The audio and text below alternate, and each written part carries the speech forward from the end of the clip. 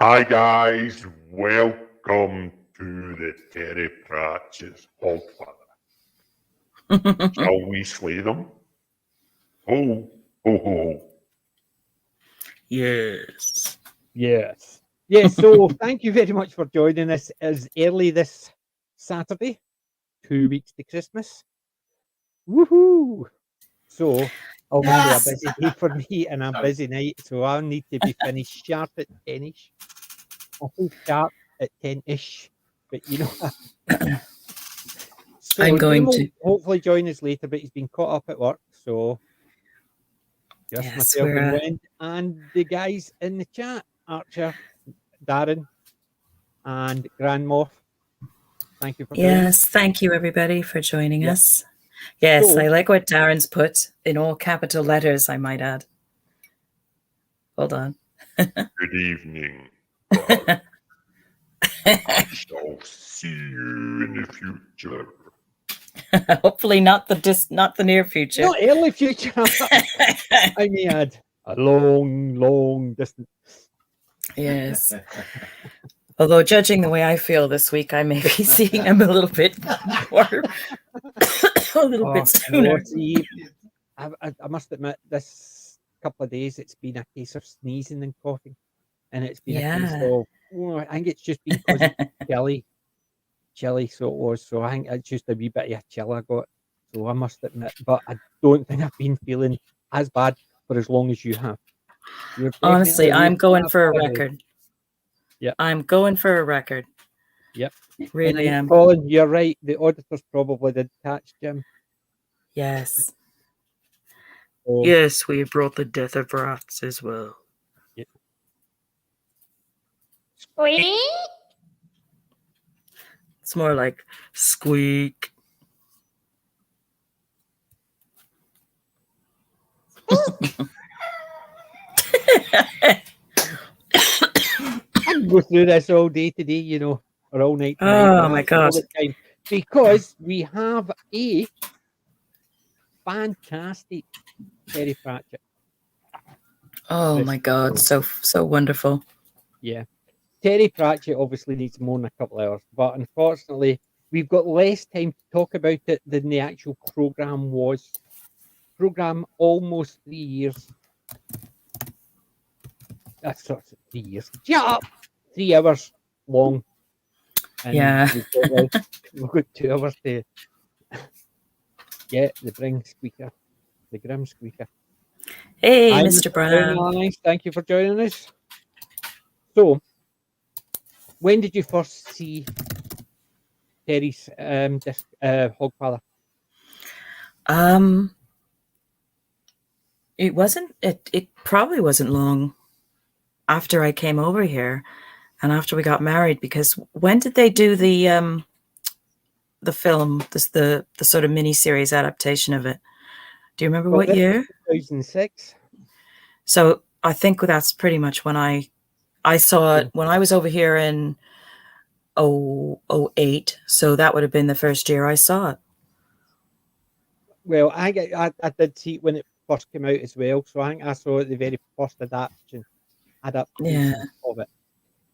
Obviously, there was a couple other ones, like the Color of Magic and Going Postal. And I've been reading Terry for a number of years. Mm-hmm. And I actually started them in order, so I didn't get them out of order, which surprisingly enough, that's very good. I got in the library was The Color of Magic, and it basically stuck because it was just so well done. Because the prologue for it about the Great Attune, who people thought he was going to the mating ground in the sky. This was known as the Big Bang Theory. It went, hook, got you, dragged in. And that is it. After I read that prologue, I couldn't put Terry Pratchett stuff down. Oh, no.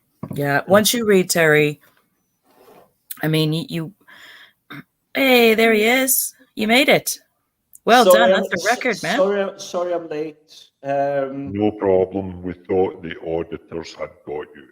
No, the auditors did get me, but I did manage to do ninja moves, and I got Yes. out. Yeah, you Excellent. basically says, I'm just going left. Exactly. Confuse them. Hey. But so you thought sorry, when you were saying about reading catching up with Terry's.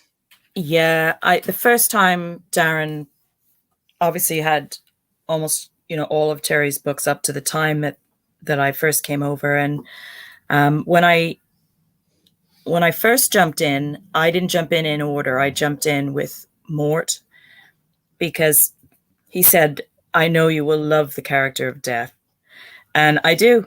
I'm like absolutely giddy. I absolutely love that character so much, and the fact that they brought it to life, brought him to life so beautifully, I think, in this adaptation, really just thrills me. And every time I watch it, I always enjoy it, and I always find it really amusing that, like in other things that we see, many times the character that we expect to like the least, we love the most. Yes. Hey, Because everybody loves Death. oh, he's marvelous. Oh yes, it does. The good thing is Terry's done something different with Death. He makes him. Did he class it as amoral? So basically, it's nothing to do with morals. This is just something that happens. But he's caring and he has a sense of humour. But he still carries out his job. So he doesn't see it as benevolent. He basically is just seen as death comes to us all. Take a couple of steps back there. I don't remember, and unfortunately, the auditors got me, so I didn't have time to watch this to bring my memory fresh again. But isn't Death stepping in for the Hogfather just to try and keep the spirit of the Hogfather alive? Yes, isn't but that it's like not just essentially what he's trying to do? He's supposed to be but you're there's dead, you're going with me, but he's just going, maybe I have to fix something. yes, he's doing it, but it's not just because to keep the spirit of a Hogfather alive. It's to, if he didn't, then the earth. It's to keep the spirit of humanity, because you know at the end, accordingly all the way through, is if if the Hogfather is dead before the sun rises, then the sun doesn't rise. But the sun does rise, or a molten ball of superheated magma rises, plasma rises and warms the planet. What he's saying is at the end of it was, to be human, you have to have beliefs. If he didn't arrive, then there wouldn't be any beliefs, which means no thoughts out with. So you wouldn't actually imagine things. And that's what the auditors wanted. They wanted people to stop imagining because they were chaotic. So it basically implied all the way through, if the Hogfather died, the end of the human race on the Discworld. But isn't there a perfect discussion when they have it? It's like, do we really have to bother about this? Obviously, I'm paraphrasing because this is such a long time since I've seen it. But they're doing something, and I believe it's just as Death's granddaughter has started going off. She's starting to do her magic, and they're having a little bit of a meeting and going, shouldn't we be going back to controlling the universe, like spinning the atoms and sun rising and earth spinning, or what, planets spinning around the suns and all that? And they go, yeah, but only after we eliminated the belief in Santa or belief in anything. Isn't that part of it? Because I distinctly remember it, and I find it so funny that they're taking time out being such supreme evil beings, or well, evil is my interpretation, but it's going, oh, we're just going to destroy this belief in Santa because it's bad for us. But then we're going to go back and it's like atoms and science and physics. Yeah, the basic, or the auditors, is they want basically everything to be audited So, and it never changes. Human beings have Change imagination, constantly. so they constantly change. What they wanted to do was kill imagination. Without Yeah. imagination, the auditors can audit successfully, so Which things is- wouldn't change, pop Which in. is, yeah, which is strangely analogous to other situations at the moment. Yes. No Kung Flu Panda virus thing mentioned, but yeah, I definitely see. Oh, God. So, Jim, when did you first see this? This must have been 2012, I believe. I know it's a lot earlier than that, but I do got caught up on it a lot later. But I just went, this is an amazing Christmas film. Who wants to kill Santa? I know Hogfather, but essentially what Terry Pratchett is asking, someone wants to kill Santa. Yes, Who wants to do that? he was making such a perfect point there. He really was. And he was always about, holding on to that wonderful childlike wonder and sense of humor and ability to, to sort of laugh at ourselves. And he was just magic personified. Well, you think about it. They have done this numerous times. And most of the times it's usually down to a clip. Remember in Scrooge, the movie they were having, and it was basically Santa and his elves had all the guns because that was the trailer they were actually showing on the channel in Scrooge. Bill Murray. We've seen it, but it's been so long I forget. Yeah. Well, the movie they were actually advertising it. They were telling everybody it's so scary. Somebody had a heart attack. They were making up everything to make it seem worse. It was in the North Pole getting attacked, so Santa and all the elves were all pulled up, machine guns and everything to protect themselves because somebody was in to try and kill Santa and take over. So there's always been ones where they've actually had that type of thing. But I think the difference with Terry's is his can play out, and it actually can play out logically in a fantasy world which the laws have already been supplanted. So when you're reading The Hogfather, it's not the very first book. But if you've read up to the point where the Hogfather comes in, you don't need to explain how the Hogfather came into how Death can do this and how Susan is there. These books. There's been books in the past that's established the magic in the world. It's established Death in the world. It's established Susan. Mm-hmm. It's established the monsters under the bed. It's established all of these things. This is such amazing of this one. It's some stuff are already established. You do not need to read any Terry Pratchett before watching this, because they actually bring in, there are certain aspects, there are certain things they're working. Okay, the fact that Death has a granddaughter might be more complicated to understand unless you've actually read that part of the story. Yes, which I highly recommend everyone do. Yeah, they didn't need to go into too much of the lore. It was said in less than a sentence. Yeah. And it was they expected to, you have to explain more about Susan being the granddaughter of Death. Because she just basically says, well, Death adopted my mum and his apprentice married and I was born, so that was it. And that was it. That was the explanation. That's all you needed.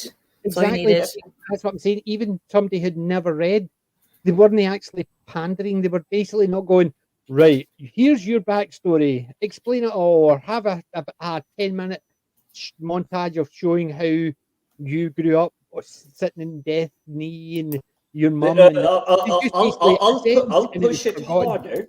I'll push it harder. Can you tell me any other TV show where a young girl is going to Death or telling Death, kindly go see you next Tuesday? This is for the UK people, by the way. I'm not using swear words, but basically she's telling Death to go do something to himself. And even if it's the first time you come across this relationship, because initially she isn't that hot, but she wants her own life, and there is relationship there. But if you come at Hogfather just out of the blue, this girl, you sort of understand she has some magical power, but death comes around and visits her, and she's just basically telling, just walk away. Yeah.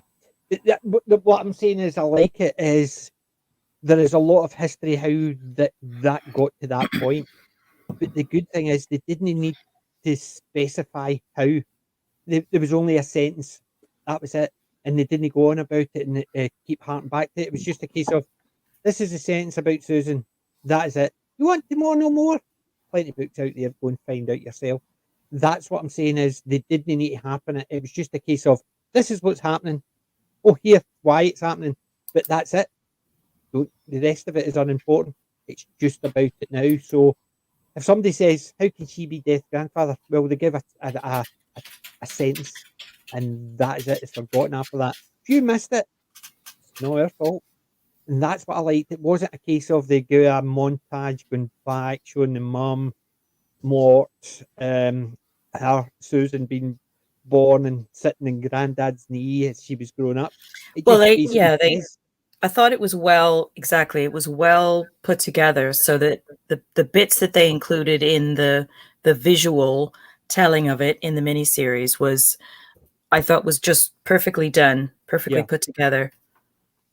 Yeah, and it's definitely, I think that's why I liked it, because they didn't actually pander to the non-readers. They just basically gave a very bare, essential explanation. And that's the part I liked about it, just for the simple fact is there was nothing that they thought they needed to explain any further. Miranda, I do know what you mean. One of my friends, every time I read either Napoleonic or a Roman history, I feel the exact same way, because me and my friend always used to actually talk about them and swap copies backwards and forwards. So anytime I read something new, I've even got my last book it's called The Praetorian. It's about Cato and Pullo, and I've no read it because I bought it as a gift and my friend passed away the week before I got to give it. So it's still sitting on my shelf unread because I can't read it. So I understand that aspect of it, because I constantly think anytime I read something new. So it was the Pratchett, but it was another reason. So it's not something you can get rid of. I understand that. I'll have a think. Yeah. So, well, I've been reading Terry's since the very first book. I got it from a library, just doing my usual hunt for something different. Came across it, read the prologue in the library, and that was me hooked. Took it home, read it, and then got every book after that, and then started purchasing the books. Initially, I got them from the library and read them. I even met Terry, and I got him to sign one of my books, and he signed it with a scythe, and I could murder a curry. Oh, that's so cool. As I told him, I says it's my favourite saying from his books was I could murder a curry. Yes, and he right. goes, oh yes, and he basically did the scythe, did it in all caps, and then signed it. And I thought, perfect. There's a writer who's not just a case of he just writes it and forgets about it. There's someone who knows his work. How And wonderful. actually can pick out wee bits and pieces from it that fans like, and he knows where it comes from, what the references are, and stuff like that. Yeah, but I mean, even his cheekiness because you told the story before, and he's just going, he knows he put it in there. He knows that it's becoming something that's popular. And heck, I love the phrase. Having lived in the UK for 2 decades now, I could murder a curry. Yeah. I could murder a curry this evening. Yeah. Yeah. We murdered some chips earlier. I murdered a curry. I murdered a curry. I was down at the all-you-can-eat buffet today. So I definitely murdered a curry. I've got all the books, Grandmuff, and Tony Robinson and Nigel Planer. I keep on going to say Palmer does some of them, but I think Tony Robinson reading them is far better. Nigel reading them, sometimes it just feels as if it's dragging, but Tony Robinson reading them is a lot better. So I've got them all. I had them in tape before I had them on disc, and before I had them in download. So I've been reading the books since audio tape.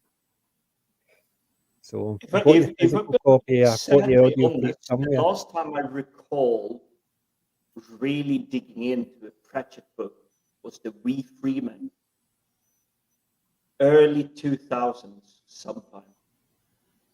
And it may sound weird, but holy crap, did I have to like swat the ladies off? But it's like they saw me sitting on the subway reading the book, and I was like, Oh, "It's yeah. an amazing book.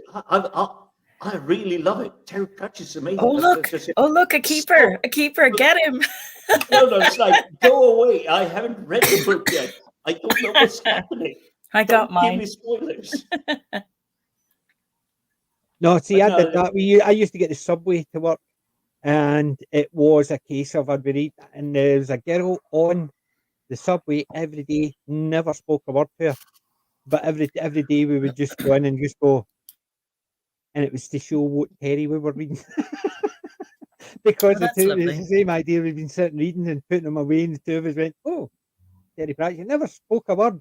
But you go in the next morning, you go to sit down and do that, and it's a different book, and then just go on and read your book. And it was just one of those nodding things. It was just a case of, Yeah. "What have you got?" She would come in and go, "Change my book. This is the one I'm on now." And it was just. But that's all you need to know about a person. It's like, okay, you're reading Terry Pratchett. I like you already. And the good thing was, it was a case of we're both reading Terry Pratchett. Don't interrupt us. Based on empirical evidence here, and I say empirical, both me and PJ reading Terry Pratchett. Clearly, Terry Pratchett is a chick magnet. Yeah, just don't tell my wife that. Well, I'm hoping you're not reading Terry Pratchett whenever you're traveling. Basically, my wife doesn't read Pratchett. She thinks it's silly. But then again, I think the stuff she reads. I've read tons of the other books from Robert Jordan to David Eddings. No comment. Yeah, same, but no, she doesn't write any fantasy. Her books are all real life stuff. Yeah, but Terry Pratchett, you crack that open. I will have to admit, it's not just ladies in that sense. It's someone recognizes and just go, "That's a really good one. I really loved it." And then there is like, literally, you spend the rest of your train journey or bus journey. It's like, no spoilers, please. Stop. I'm literally reading it for the first time. Don't give anything away. Yeah. But the thing is, that's what I'm saying. I was a year and a half and never spoke a word because it was a case of, that's the book I'm on. Open book and read. Because the two of us were interested in reading the book. We had somebody across from us that had the same interest, but didn't know what to talk. This is the only chance we get to read these traveling to and from. Yeah, exactly. You sort of respect. That's right. When you're a reader, I've noticed that as well when I've been on buses and things. If somebody's got a book open and a person sits next to them who isn't a reader, they're just jabbering at them the whole time, and you can see they're sort of trying to think. They're trying to sort of send the mental image to the person. Please stop talking because this is my only time to read. It's a case of yeah.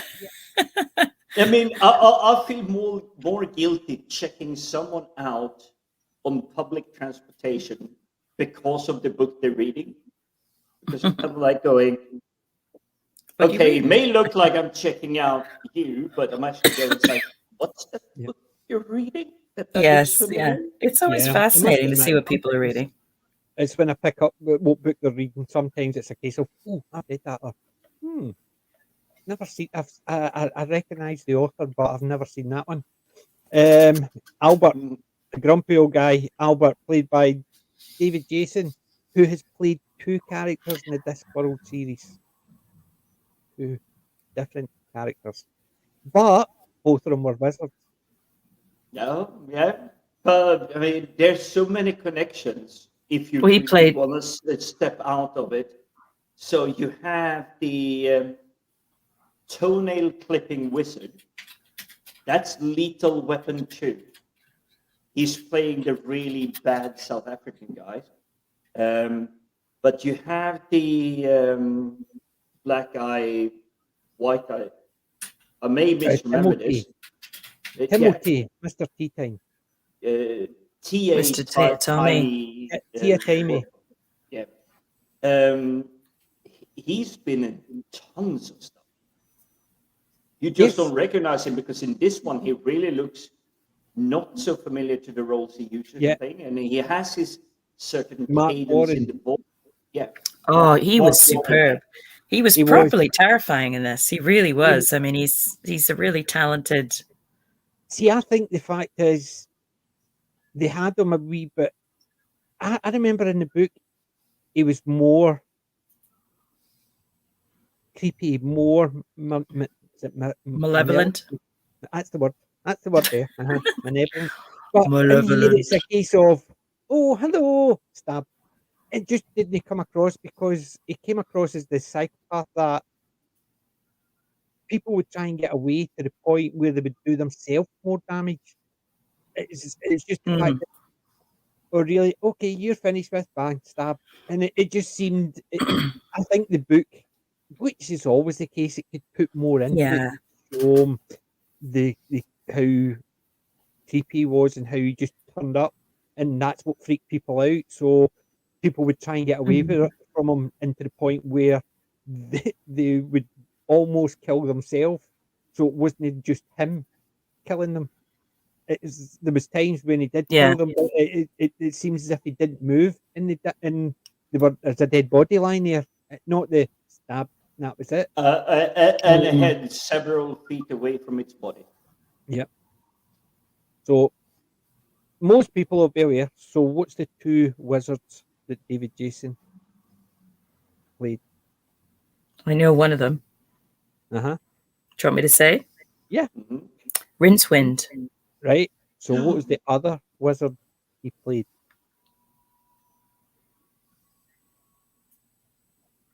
It is a bit of a trick question. He played two wizards in the Terry Pratchett series that was shown. He played Rincewind and he played Albert. Because remember, Albert was a wizard before he became Death's assistant. He was who was at the point of dying. He's got less than, I think it's said earlier in one of the other, I think it was in Going Postal. I'm not entirely sure what one it was, if it was Going Postal or The Colour of Magic. Albert, it mentioned about how if he goes back to Earth, he's not got long to live. That's why he stays with Death, because he wanted to, he'd called in Death in one of the early books. He'd called in Death to try and stop his death. And Death basically says, "Oh, you're going to die in this amount of time. The only way you could survive is come up." So he dragged him up to Death's domain, and Albert decided to stay there.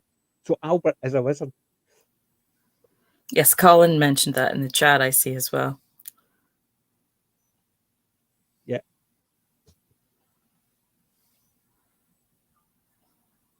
Yes, he was in that Doctors, that Loving Monsters. That was god awful. He ended up with the paving stone girlfriend. Yeah, that's like, yeah, okay. Yeah. That's enough of that now. Let's move on. Albert, the next wizard, he has ceased. No, sorry, that's a parrot sketch. So it's a different sketch. Sorry. He is a wizard. He is an ex-wizard. He has ceased to be. He's twice as creepy looks. So something I always love about the Pratchett ones is it's one rule in one book, but it's a different rule, or maybe not rule, it's perception. So this is obviously taking place after Sophie takes over for Death because he wants to go on a vacation. Susan, stop calling her Sophie. Sorry, Susan. My bad. Obviously, I'm trying to catch up, and really long day. The auditors were really grilling me. This is why I was Yes. late. But no, she has to substitute for death. This is always taking place after that. At least as my memory serves me. But she still has that authority to wield against him. But clearly, and again, I'm playing from memory, he is playing his part as Hogfather only to bring her in to help figure out what's really going on.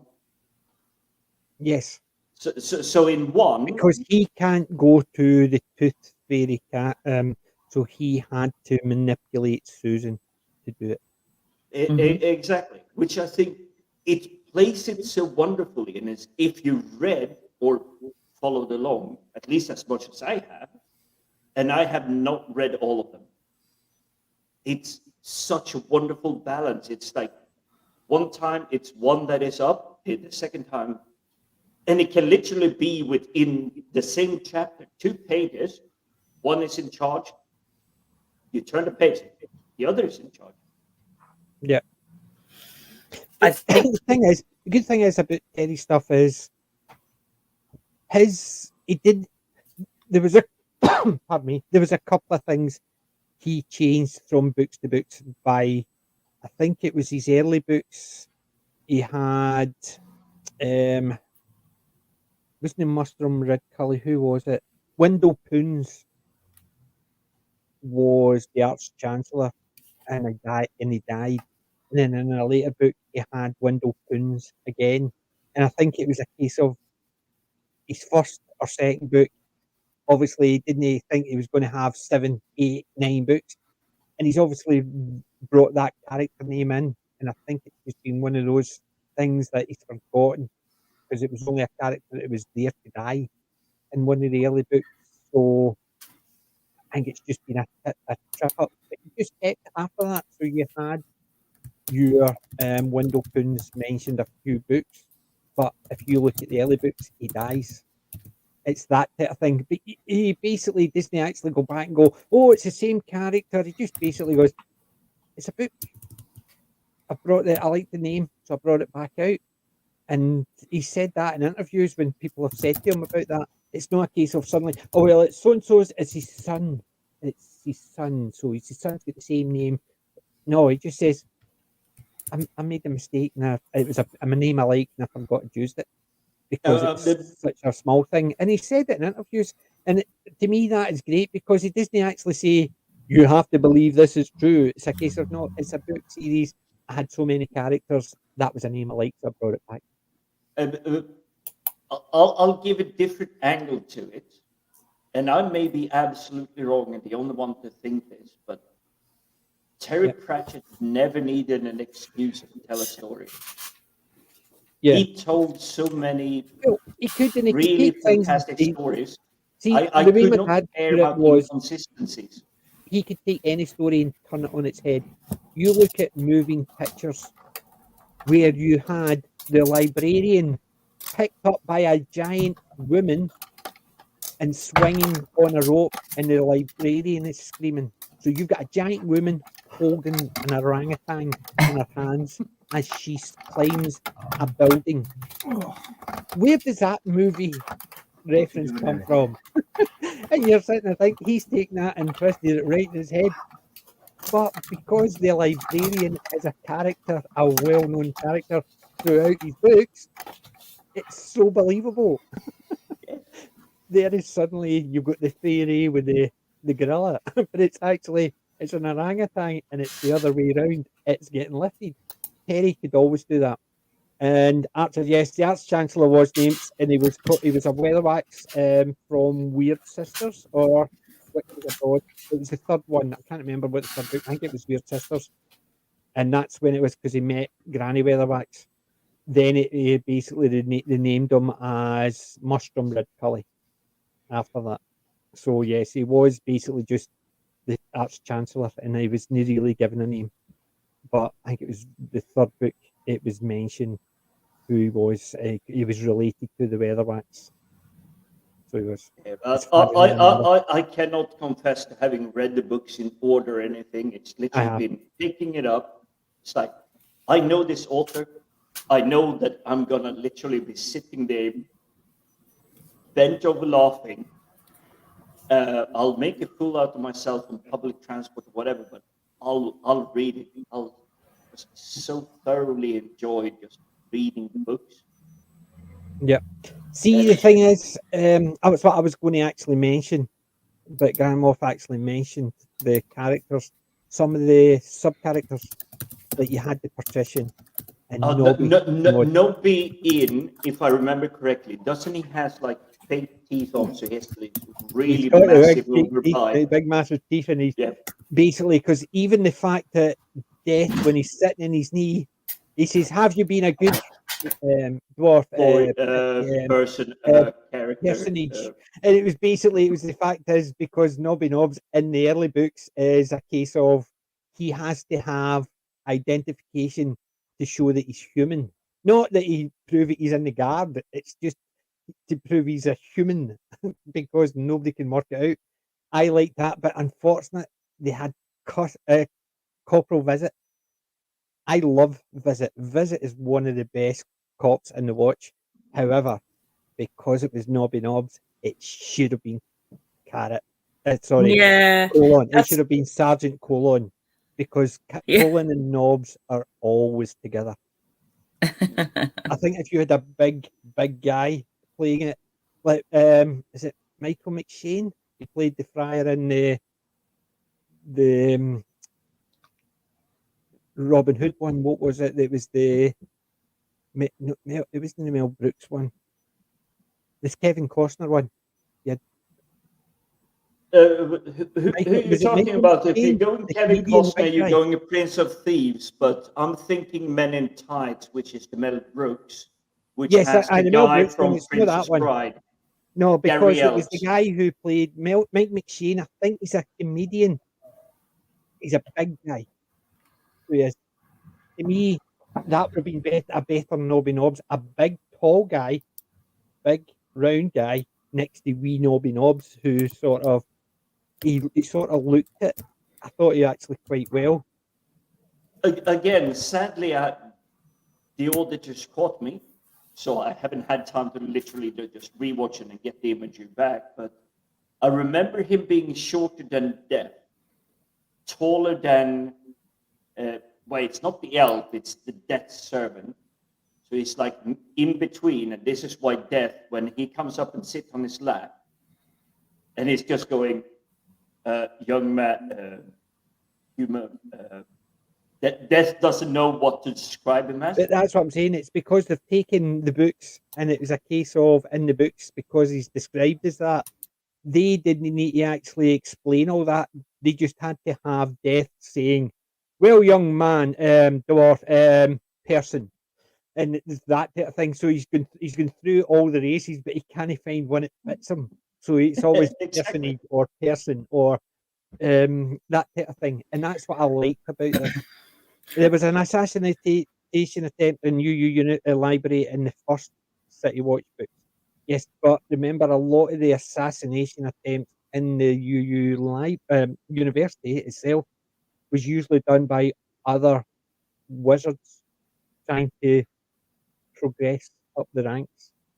And it was mentioned in the first book about how you can step into dead man's curly shoes. I may recall this strongly, assassinations and and I that were will done by have to other. jump off screen for a couple of seconds. But isn't the Unseen University literally the biggest structure on the entire disc, on top of the elephants, on top of the turtle? Yeah. The very first And I'm that just going movie- in Unseen University, where all the wizards are, and I believe It's basically if memory stands serves out. me, this is the one where they're trying to figure out how to make a shower work. So Yes, that's basically Bloody Stupid Johnston's shower. yes, That is in the book. That's a bigger section, and it is a lot funnier because they do talk more about Bloody Stupid Johnston's inventions. But the good thing is, Bloody Stupid Johnston's inventions turn up all the time within the books. which I think is great. Grand Moff cut me on for a CMOT is great. I like the regional variations. Disembowel myself dishonorably, Blah, and stuff like that. Every in the 4X, there's ones. I love the fact that there's CMOT dibblers all over the place. And CMOT is definitely one of my best. I like him in moving pictures where he's tried in there at the top, and I've actually got demoted from his own pictures without actually anybody buying them out. He just basically got demoted. What I really liked about the Hogfather is that we got to actually see the character of Death, and it was going to be a make or break moment, really, because Death is such an important character, and he's such a beloved character that it was like, do I want to see this? Is this going to annoy me? Is this going to get in my head now? But I'm happy to visualize the character in that way now. I think they nailed that, even right down to the little, and it had to have the little blue twinkle in his eyes. Yeah. It was, and then we got to see Binky as well, which I was just punching the air. That was one of the funniest things the very first time I read it. Yeah, and he's good. The white charger. His name is Binky. You're sitting there thinking, what did I just read? That was Terry's wonderful sense of humor. It was great. It was a case of there's the charger of death. What's he called? Binky. It just basically the first time I got it. See, the thing is, Terry's books were so iconic, right? I read the first part and I loved all the books and they had the footnotes down at the bottom. I read a couple of them and my dad, what are you laughing at? And I was showing him and I gave him the prologue and I was telling him about the footnotes. He actually went through every book that I had just reading the footnotes. Didn't read the book, he just went through every single page looking for the footnotes because he found them the funniest parts. Because the rest of the books to him, he did like fantasy, sci-fi, horror and stuff like that, but not as much as me. He just liked to watch them. That's why I brought up in them, because it was things he would watch. He was the one that says, "Oh, I need to watch fantasy. Oh, there's a good movie on it. It's a fantasy. Put it on. There's a good sword and sorcery. There's a good horror. There's a good sci-fi." He would just watch them, but he wasn't right into them. He wouldn't go out seeking for them. But so he didn't find Terry Pratchett's books of that much interest because he was more into factual stuff. He would read science books, history books, and all that. But he loved Terry's notation because he says it is the funniest thing he'd ever read. And that was just those wee one-liners at the bottom of pages. And you're sitting there thinking, right, my dad was at university educated. He trained to be a teacher. He worked with his hands. Basically, he's a Renaissance man, they would have said at one point. But he just loved that. Those to him were funny. He didn't need to read the rest of the book to see those were hilarious books. And it's only reading the footnotes. And that shows you how much Terry could drag you in. Because you didn't need to read his full books and you could actually see the humour in them. What I love about Terry's books as well is that, especially now, but there's always a now, you know, whatever generation you grew up in or whatever moment in time we're in, there's always, you open up a Terry Pratchett book and no matter what's going on for you, you're chuckling and you're laughing out loud. And that's what I love about it. It's so transportive and that's magic to me. That is true magic. You know, he turned words on a page into alchemy, you know. He was just especially since he was talking a lot about alchemy, which is in scientific terms a bunch of the humbug. Talking about the season. but it is his ability to just drag you in. It's so amazing. Yeah. I loved going to the sci-fi bookshop and pick up the Terry Pratchett. And you were just looking at the cover and it's like, I don't care reading the backside. It's like, that looks interesting enough. Yeah, I'm in. Yeah. Yeah, I mean, and one of my favorites, even to this day, is the Wee Freeman. Yeah, I don't know why it just resonated so much with me. I've just been told that somebody has kidnapped Santa, so I've been called in. Oh, Jim's going to get his. Like, I nearly forgot. I've got my bah humbug for next week. I'm one of these little elves. I love that. Yeah, very good. I still haven't managed to get the bah humbug T-shirt or anything, but I do have a Santa. I've got the bah humbug for next week. Next week is when we're talking general Christmas, and I've got the bah humbug. I've got mine for next week. Yeah, Yes. I've got my Albert ears. I've got my Alberts on. I was thinking Albert. Yeah, very good. Well, you've never been a kid, I know. But yeah, I dug this out and I forgot to put it on. I was actually so rushed. But there you go. Who was your favourite character within this? Apart from the 2 or 3 main characters. 3 main characters are Albert, Death, and Susan. Oh, you're literally killing my favorite character. Because they are staples for any death-related TV show. You can't have a death TV show movie from the Pratchett world without having Susan, Death, or Albert, right? So I've taken those 3 out of the equation. So I'm gonna go for Timey Tia. Timey. Yeah. Tia Timey. Yeah. Because I've seen the other films this guy's been in. He's standing out in what he has to do. Unfortunately, slow as it is, as my memory serves me, he's still like, wow. Yeah. He is actually trying to live up to the Assassin Guild standard. He's trying to be creepy. He's going with slow, deliberate voice. Even when he talks to someone that he's really disappointed with, he's still within that character. Yeah. And I do love the fact that his contact lens, like, it makes his eye really pop out. It looks like 10 times larger than his other eye. And he has contacts in both eyes to make it pop out. But yeah, that black eye is a good one. Standing out. I meant to say to Grand Moff is see the little they stand up. I know the song, but Stand Up for the Champions, and I believe it's from the Shirtless Brother band, which I can't recall the name of. No, that's from the Botch book where when he goes back in time chasing what do you call him?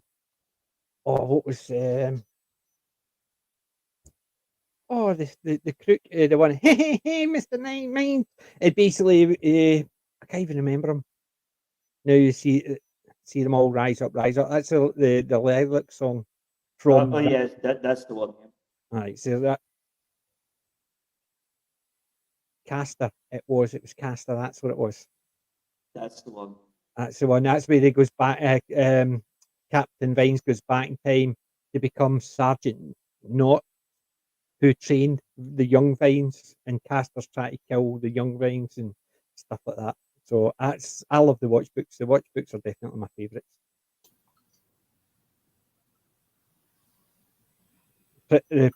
Patrician University School. Yes. Right. Yeah, Ian Richardson was absolutely fantastic as the voice of Death, don't you think? He was. Actually, yeah, he did really well. Yeah.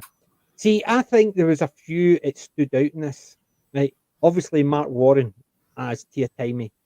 Or bugger it, Tea Time. You better hope he's not behind you. Whatever your pronunciation is, but if you do mispronounce his name, he'd probably kill you. Yeah, I was just going to say. Only if you do it 3 times. It's only if you do it 3 times. Right, so you were for Mr. Tia Timey. Yep. Who was your favourite character? My favourite character, aside from the big 3, was the Oh God of Hangovers. Yeah, He was brilliant. Bilious. Yeah. That's all because he's Welsh.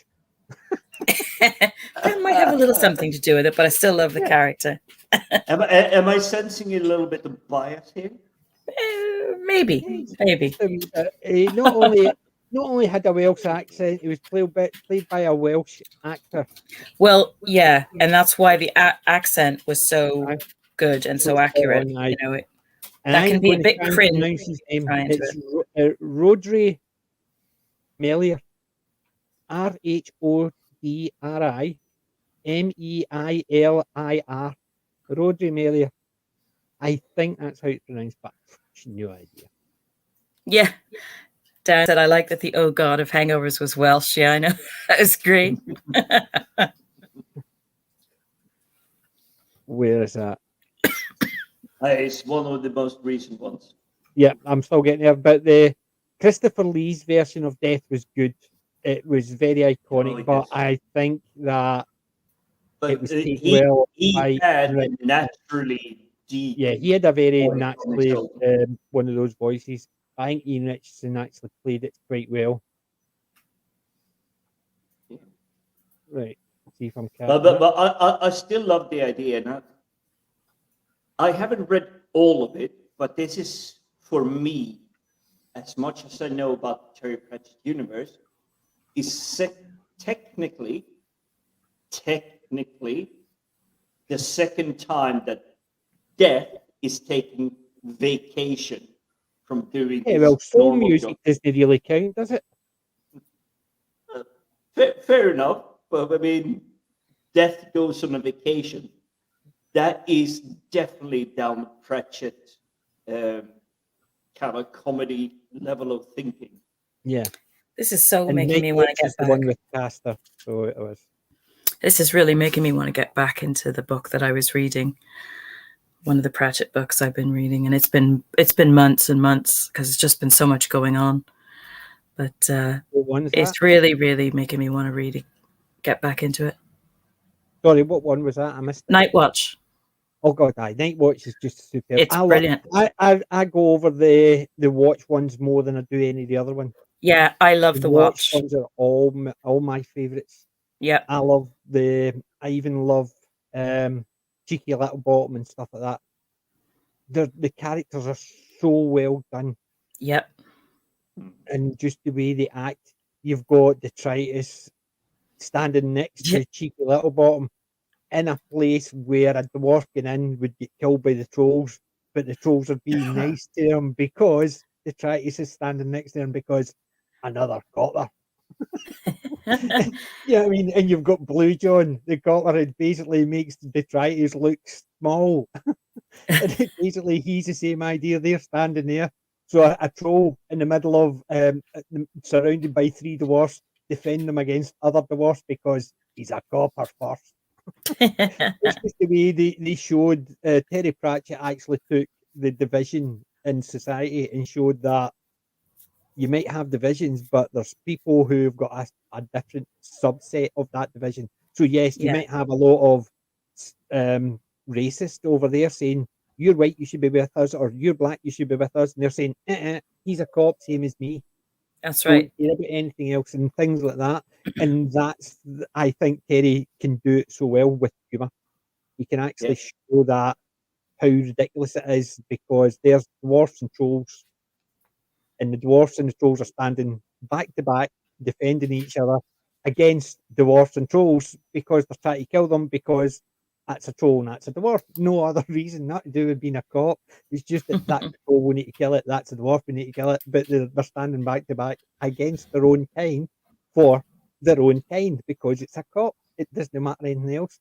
And it shows how silly things were ridiculous. And yes, Tia Timey is definitely Discworld's own Hyacinth Bouquet. Yeah. The old god of hangovers. Oh, I do like the idea that they called him the old god of hangovers. You imagine if somebody else was writing that, they would have had the god of this, the god of that, the god of this, and then it would have been the god of hangovers. Whereas Terry put it as the Oh knew. God, the hangovers. Yeah, And I know. it suits it a lot better because it's not. But he gives you his humor is subtle, but it constantly hits you Like, see how every single step. And if you really take a step back, what you perceive as a normal dialogue or just moving a story along, you realize that even the humor that he has, it's still within it. And I'm just looking at him and thinking, this guy must have been exhausted Yeah. trying to make all of these things have But a he little bit makes of it. hint. say cheerio, say cheerio, cheerio. Which one's that now? I said, buddy. Hiya, buddy. Hello, buddy. He was sitting there whining because we were talking and no paying him any attention. So I Oh, thought, get him up, get him. you need to get him like a little perch to sit on next to you, like his little, like Well, his we little have, but the sidekick. problem is if I do that, I need to put on the wide camera. Oh, I'm just having a vision of PJ sitting there with two of his minion behind him, and it's going to be Flash Gordon Ming. And he's just going to have a red cape on and just going to say, I'm very evil. And then the puppets are just going to go, where's my snack? He knows where his snacks are. That's why I don't touch that drawer. This one. Nope. Sergeant to tries. Don't look. Yep. But the problem is Terry Pratchett's got so much, even within one story. There's so many small characters which stand out. If you look at the Hoth, the Raven. Yes. See, when I first heard his voice, who did it sound like when you listen to his voice? I can't say because it's been such a long time and I did not have time to refresh. I was trying to ID the voice, and I don't think I did. What was Did you it? not think initially it sounded like Adrian Edmondson, Vivian from The Young Ones? Oh yeah, I know him. Yeah. Yeah, but it wasn't. I thought it was because No. it sounded so like him. But Yeah, that didn't. I recognised where I heard it from because in the last couple of weeks I rewatched parts of Drop the Dead Donkey. It was Neil Pearson. Archer is in the chat going, is it Vincent Price? Well, that would have been freaking awesome. It would have been, but no, it was. Yeah, it would have been great. You imagine the Raven being the Raven, but this is Neil Pearson. Wow. As soon as you see who he is. From Drop the Dead Donkey, that's where I recognised his voice from. But when I first heard it, it basically to me it sounded like Adrian Edmondson, which surprised me. It wasn't because initially I was sitting there thinking, why am I thinking Rick Mail? Because that doesn't sound like Rick Mail. And because maybe I thought because Neil was in it, I'm thinking that voice just sounds like something. Well, it would have been, yeah. But I mean, it would have been a good. Initially, maybe I was thinking because there's the young ones in it. There's like maybe I'm hearing Adrian Edmondson thinking the young ones. But the funny thing is, the reason when we were talking about audiobooks, I found it humorous was the two people who read the book were in this episode. Both Tony Robinson and Nigel Planer were in this episode. And the fact is the two of them narrated the audiobooks for Terry's stuff. I thought, there you go, how that just works on so many levels. Just for the simple fact is, there you go, they've worked in other stuff. So you've got people who have appeared in multiple things. David Jason, Tony Robinson, Nigel Planer. That's three of the main ones in this film. He played in effect is it Chumley? The university the mall owner. The one that was there sacking me arrest that Santa for being an imposter. You mean that's not the real Hogfather? Well, he's not the imposter that we hired to Yeah, slay him. So he's the he was great. imposter. Yeah, Tony was great in that.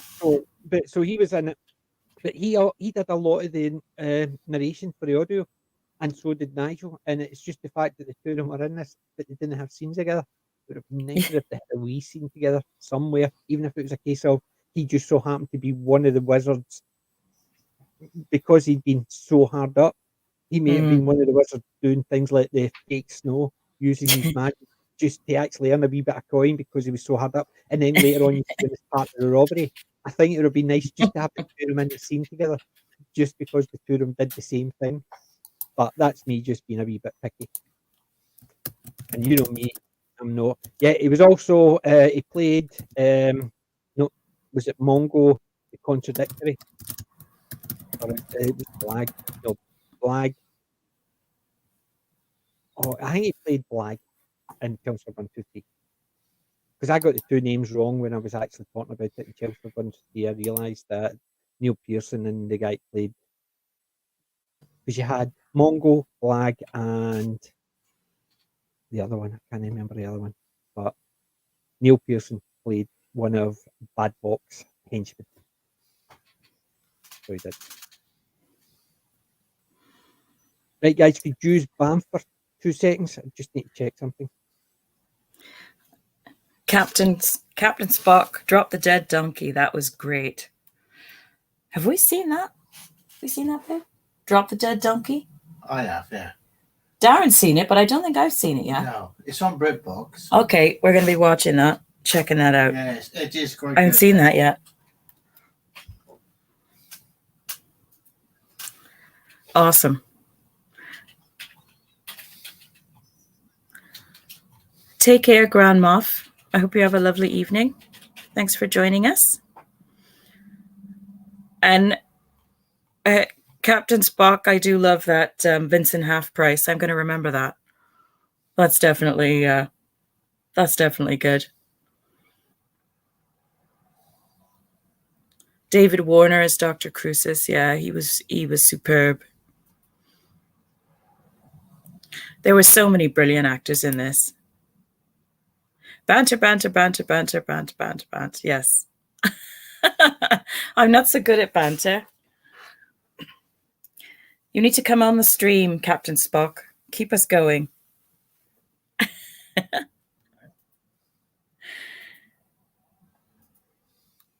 Right. Let's see if we can get you a link. Let's see if we can get you a link here.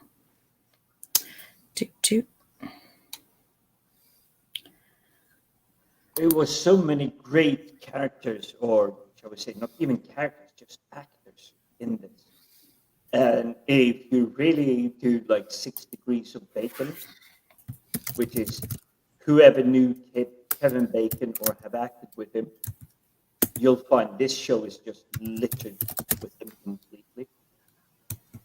When you follow it off, you have,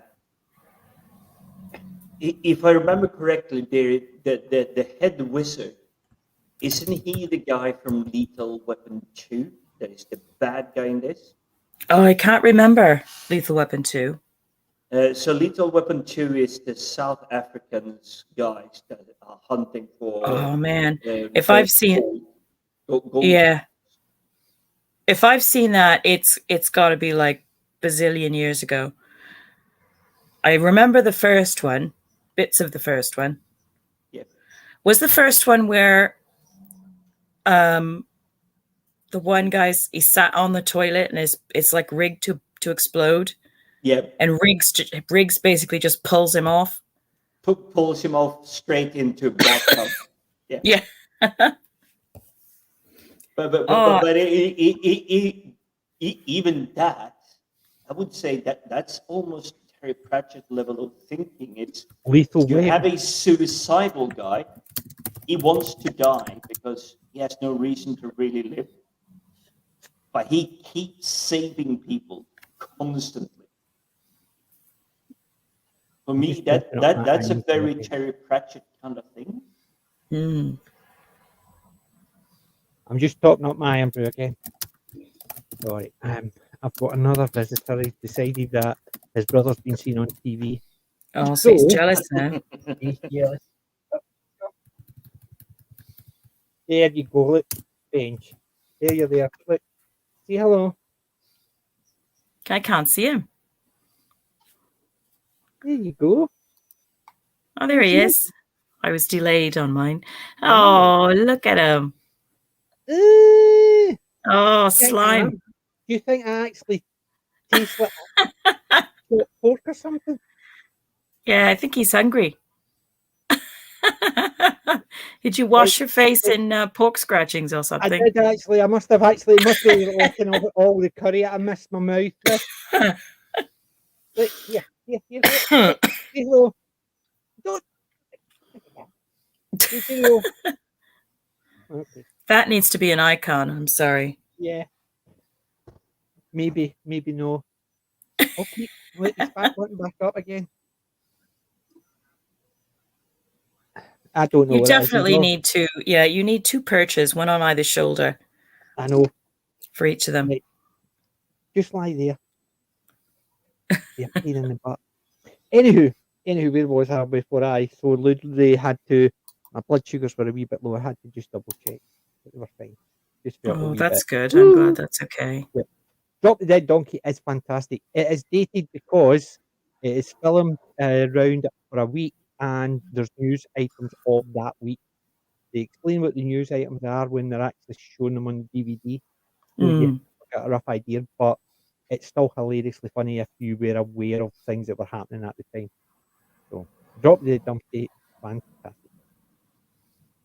Yes, I'm glad she's banter. It is a great one. It's set in a newsroom. And considering when it was made, 94 maybe even earlier than that. Basically, they had although you had your weak boss, you had your out of the box thinking manager who was they just basically talked a load of bull. You had the one that was in charge of everybody was a woman, a gay woman, and the guys who were running it, the typical sleazy type guys, were basically constantly be looked stupid, but they didn't do it in a way that was meant that way. It was just a case of look at these stupid people working. There's the ones with the brains. There's the ones. It's that type of thing. So you had the stupid nymphomaniac woman who was so uptight. You had the professional woman who just so happened to be gay, but it wasn't a part of the story. You had the incompetent business intermediate between the big bosses with the money and the the floor. Then you had the guy who was good at his job at one point, but he's just got so old and so lackadaisical that he's ineffective. You had the the cameraman, the outdoor story man, who would cause more problems because he would do things to create stories. Like, for instance, he'd walk up and slap a kid, and there's a kid going, he'd going, and even during these violent times, children suffer. At that type of thing. He would do stupid stuff like that to get a story. But it would always film what led up to him getting the story. Like, I'm throwing a grenade over a wall because everybody's standing around having a laugh and a joke and a drip of smoke, where it's meant to be a war zone. So he throws a grenade over a wall, it explodes, and everybody panics. And he's going, in the war-torn area, people can't even get a rest and stuff like that.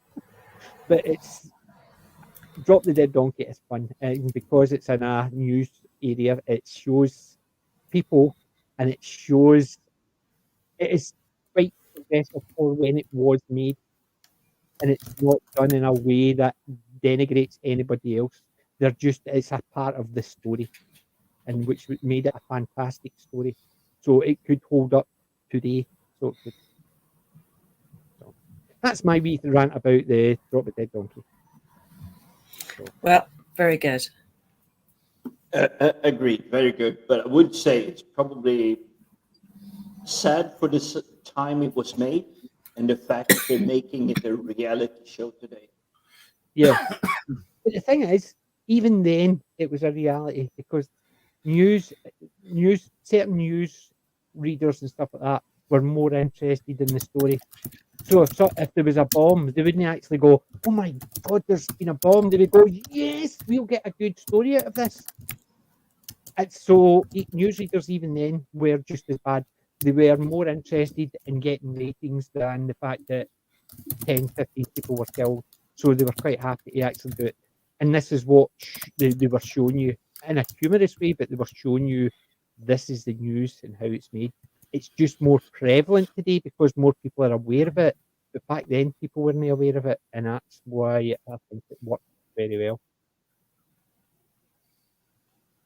And when I would definitely say, look at it.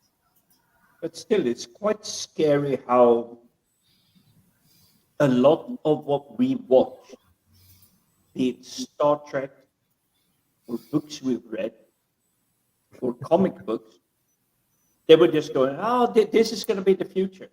Yeah. 1984, we're literally living 1984 at the moment.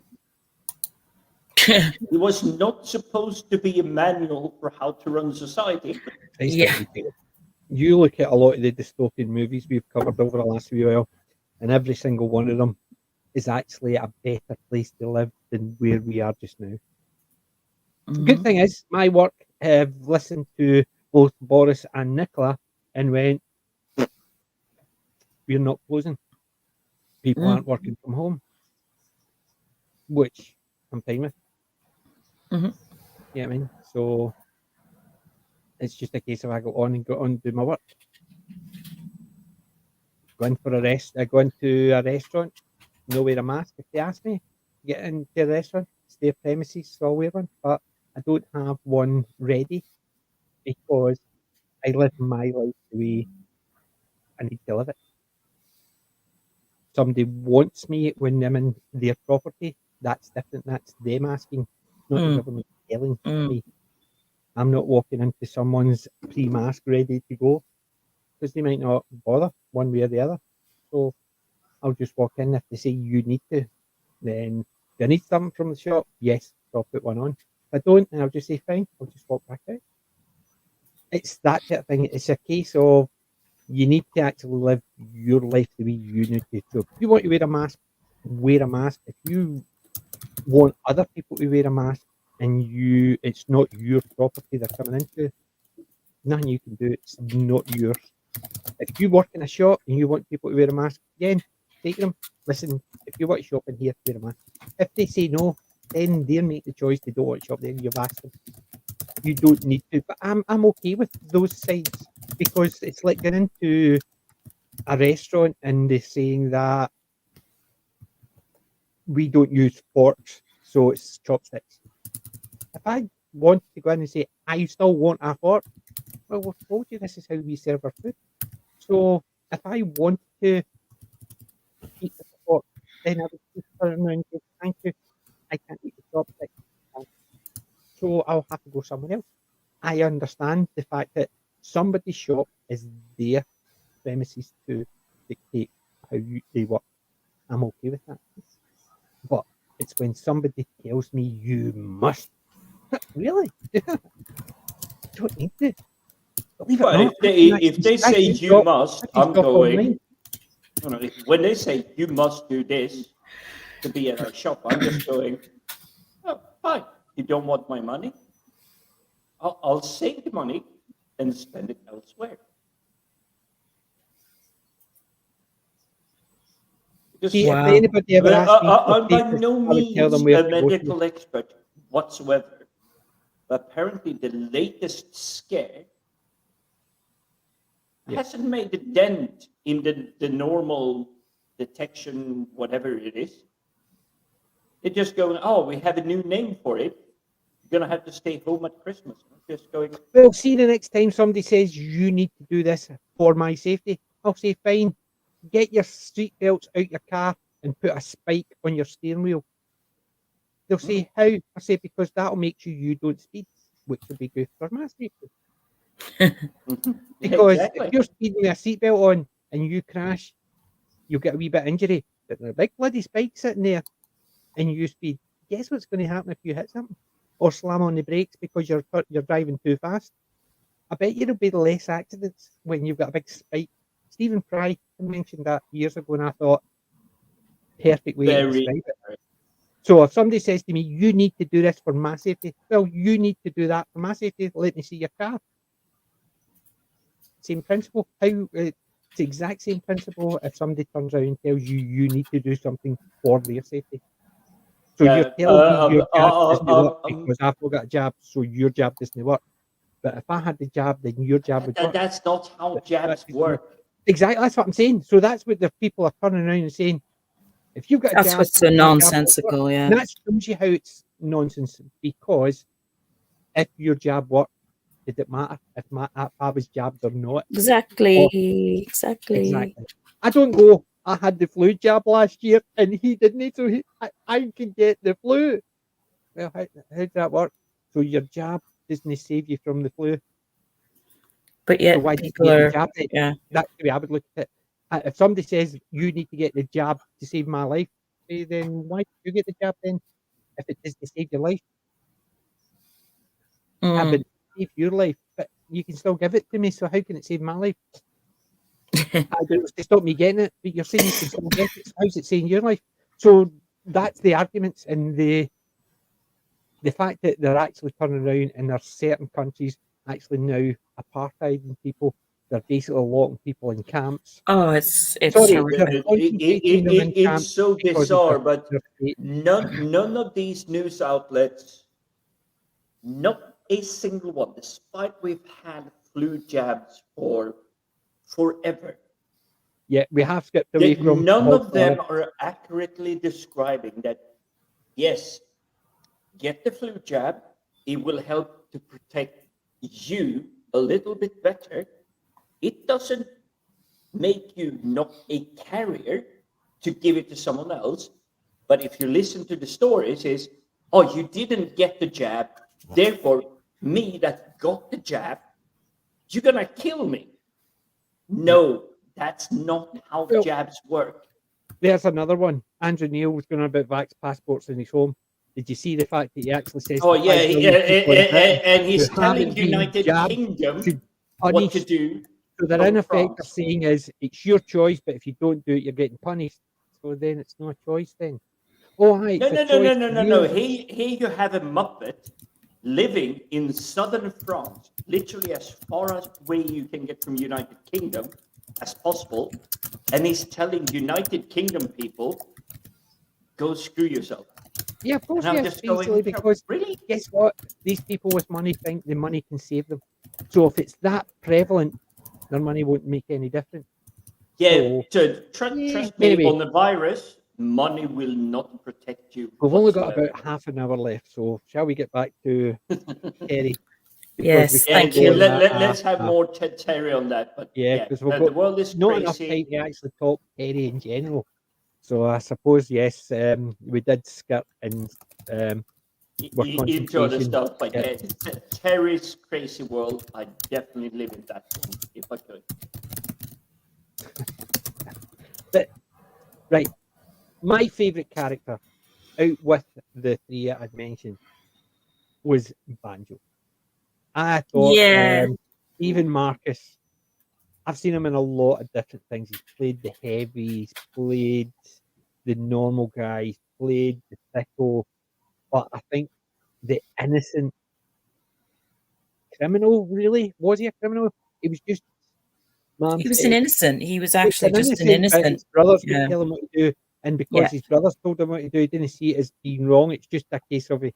Like for Yeah. instance, even when Tiaime says, "Grab her," mom says, "I can't hit girls," and even when his mom came out, Dave, if you've been getting Banjo into trouble, no, mom, don't hit me, and he disappears, and then suddenly Tiaime goes to grab Susan, and who hits him?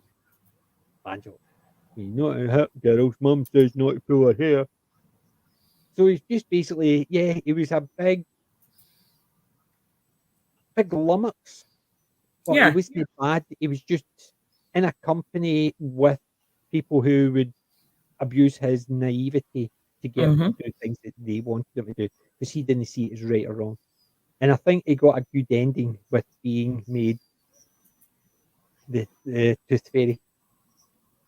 But who's going to Yeah. talk to me? Who's going to tell me what to do? No one. He went, Yeah. big smile.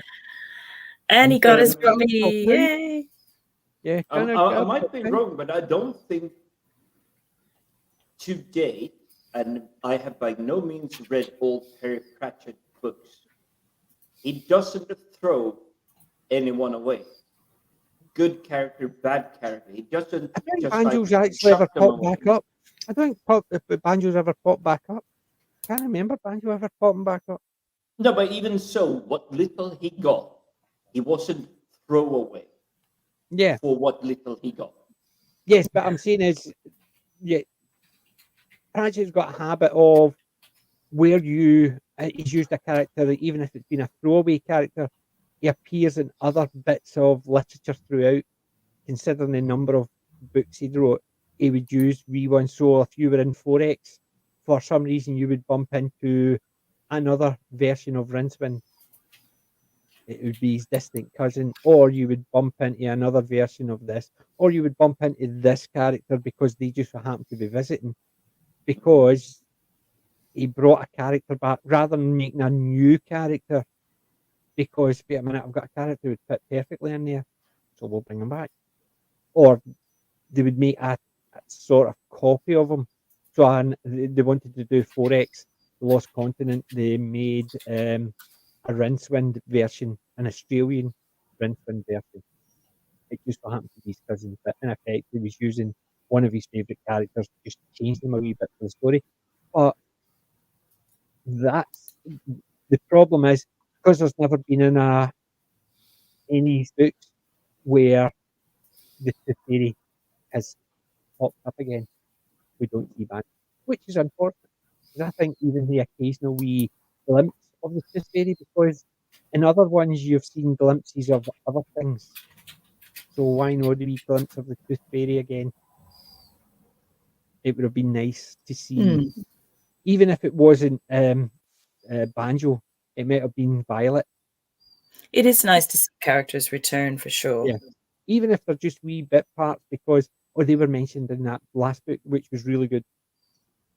Because you look at it with the Night Watch, a lot of those characters started as just wee bit characters in the early ones. The Day Watch, that type of thing. It was a case of this is the story about this. So they bring in a captain, or it was a Sergeant Vimes or a Lieutenant Vimes early on, and then it's basically later on, a few years later, there's another book out, and suddenly he's a captain, but he's got a bit of a drinking problem, and the other characters they mention have got, so it's a story around them, because he realised that even that, although that character was only in it for a wee bit, the Watch had people who liked them, so he wanted to bring them in again. And even if he didn't bring them in, you would have seen the Nobby Knobs appearing here and there, just because they needed a police. But it's so much part of what brings this world to real life. It's like you have maybe again, I haven't read all of them, but you have something like 7 different stories that he's telling, and there's a couple of characters or locations or things that are within there, and you're just going, "Oh, hey, I remember that one," or yeah, that's a familiar one, and it just ties it in. It makes it feel so much more alive, well, even though being a ridiculous flat Earth. You look at some of the names the chat mentioned. Cut me on throat. Yeah. Caster. You even look at some of the ones like Nobby Knobs, Cockerel, Carrot, Sergeant, Colon. There is so many characters. You can name a character and you can tell a wee bit of their backstory without them being a major character. Like, for instance, when it wasn't in this one. I'm trying to think of when it wasn't in this one. Two Flowers, right? Everybody knows who Two Flowers is. Yes? No? Say again, Pat. There's the Two Flower is definitely a character name I remember. Right, Two Flowers, but there's a character name. So anybody give us his backstory? Not at the Anyway. moment, but I'm actually, I do have it sort of like tip of tongue. I could probably, if really pressed, just go, that's who he is. But Two Flowers is a name that pops up constantly, at least in my mind. Yeah. Well, Two Flowers is basically a Clatchian tourist. And he works in the economics, or as it was known as the underground sound of the small people. Economics. That's basically so. But he was effectively he was an insurance salesman from Clatch who was on holiday, and he had walking luggage. Yeah, that's where Oh, I I love remember the it walking from. luggage. He has the Yeah. walking chest. I the love that. monster chest or whatever you want to call it, but it's still it's like it's a walking chest. He doesn't have to care about his luggage. His luggage is basically following him around. Yeah. And there's another thing, right? Any of these stories, you've got a death story, a city watch story, a wizard story, a witch story. Yeah, I mean, what story is it? A lot of them? Like you look at the ones, the three that has already shown up in Terry's. Well, there was four. There was five. There was two animated ones. So you had Witches Abroad, Soul Music, Color of Magic, Hogfather, and Going Postal. So there's five. One of them definitely a witch story. Witches Abroad. Soul Music is a death story. Hogfather, it's a death story as well. Although it's the Hogfather story, but it's a death story. Oh Yeah, yeah. he Or just so Color of happened Magic, that, it's a wizard story. Then that just leaves Going Postal. What story would you class that as? ooh, It's been a while since. Postal is not death, It's not death. and it's No. It's not the watch, although there is a Watch is in watch there if I recall presence it with the correctly, golem. but it's not It's not a witch wizard story one. either. It's not a witch, a wizard. It's not a death, a city watch. Do you know what story it is? It's an Morfolk story. So that's the problem with if you try and categorize them. Okay, I'm struggling with this because I think Because there'll Angmor be a wee bit of wizardry, a wee bit of watch, a wee bit of death, a wee bit of that, but it's none of them. So is it a postal story, which Going Postal obviously makes it a postal story, but you've got the Golem's Trust. Is it a Golem story? Or it's not, it's basically Ankh Morpork. It's a story in Ankh Morpork. You look at any of the other books, Witches Abroad is a witch story, but you've got the Timothy Aitken. Is that a witch story, or is that a story about the wee three men? Oh, my They favorite. don't even fit, that's the problem. And when you do the watch, you can have Angua, which she's in Going Postal. So does that make it a watch story because there's Angua in it? Not necessarily, but Insurance. this is what I like about this world series. It's world building, Well, even technically, though he is he's by- still John Austen balancing. is technically a hobbit. Yeah, well, I think he's slightly too tall to be a hobbit. Well, he's a Samwise. Oh, I still like it. I He still was like him as Samwise. Samwise. He's Yeah, still so too tall technically to he is be a hobbit. So he technically is a hobbit. I'm sort of split with that, but I will say Sean Astin's portrayal of Samwise Gamgee in Lord of the Rings. He has the perfect portrayal of what Samwise Gamgee was to Frodo. he Yeah. wasn't just a brother or a friend. He was Yeah. someone there to make sure he made. Yeah. Colin, basically, I think more ports feature the wizard. That's what I'm saying. So if it's got a wizard, the watch, this, that, this, technically none of theirs. It's just a Ink Morpork story which has got bits of everything. Whereas ones that predominantly the watch, although they're set in Ink Morpork, they're actually a watch story. That's what I was getting at. It's just you can't categorize all of them. Some of them you have to make it wider.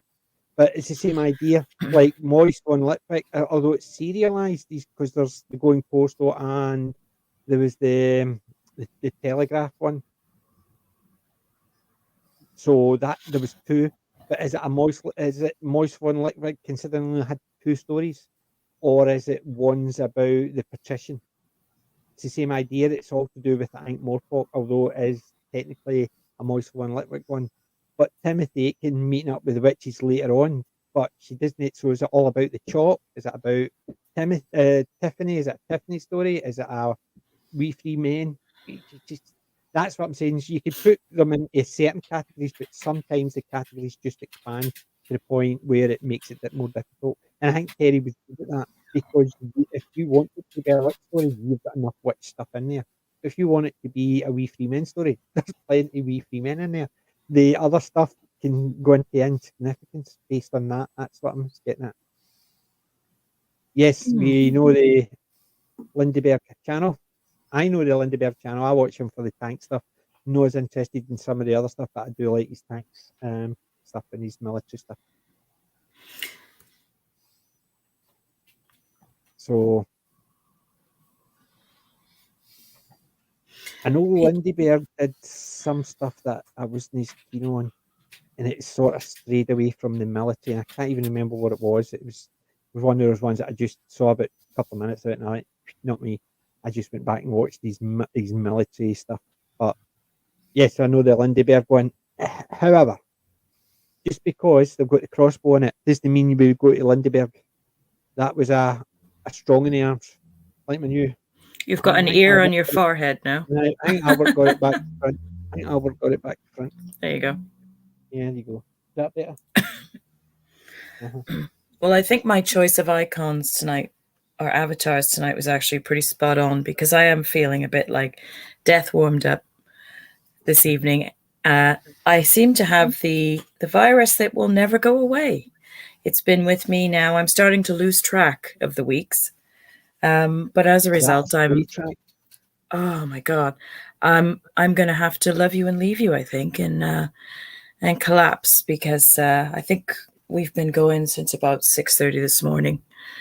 And don't mean it in the bad way. Well. Don't mean it in a bad way at all. But No, you do sound like death has been through a microwave. yes, I'm feeling it as well. Feeling a bit like a gremlin. Oh my God. Yeah. You know that sound of a tree splintering and falling in the forest? Yep. That's me. So you're feeling a wee bit. Yeah, a little deeper. I don't know if I can go deeper with that one. No, I sincerely hope you get better when. Yeah, yes, I don't know if I'm cooking up a new stream of COVID. Maybe here we go. I've got something going on, but maybe we're running out of the Greek alphabet. I mean, I know we are. I might have to come up with a new one now because this one just won't go away. It seems to have attached itself to me. So I'm going to leave you guys to have a great rest of the stream. Thank you very much, and I will catch you on the next one. Definitely. Thank you very much. Thanks to everybody in the chat as well. Good night. Good night. It might have been the gaming ones at Lindeberg because I'm not interested in gaming. I was a big fan of the historical stuff they was presenting. Yeah, it was his military stuff. I was a big fan of stuff like that. But the only connection is the strong in the arm crossbow. So what we'll do is we'll start winding down because I need to be off no later than 10. So what would you give this out of 10? Then we'll do a quick what we grabbed we should have done it before When went. So sadly, thought- because the auditors did grab me for most of the day, so most of the week, I had no time to rewatch it to bring back the memories. But I do recall Hogfather, as in death has to step in for Santa Claus, or in Yep. this case, Hogfather. One of my favorite characters throughout Cratchit is Death. I just think he's so deadpan, he's so funny, but he feels a little bit responsible. Even when he's like, "Are you dead? Yes, you died. You have to come with me now." It's like that calmness that he has, the delivery. I loved when he was taking a holiday and his daughter had to step in and really do the job for him.